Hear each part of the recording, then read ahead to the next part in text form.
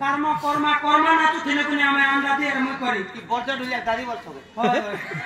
नहीं सरू बोल से ओहो कर्म ना छी दिल से कर्म ना तू थिने कुने जे मानल हंता बात छी तुर घुट धाधा पुता घाची पुता तुर घुट बोल से ओके माने कर संगे राधा माखियान मन के डाकसी धाधा पुता घाची पुता तुर घुट ओके माने कर संगे राधा जय दिया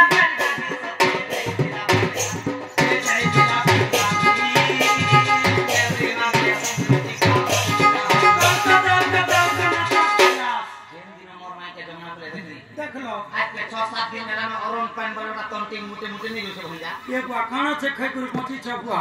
खाली भात खाओ बुआ तोर बुआ देना भात बोले काना अरुण बोले काना इला डोमान कर भाषा ये डोमा भाषा अरुण बोले से राती पान गाड़ी के रखी थी सब राती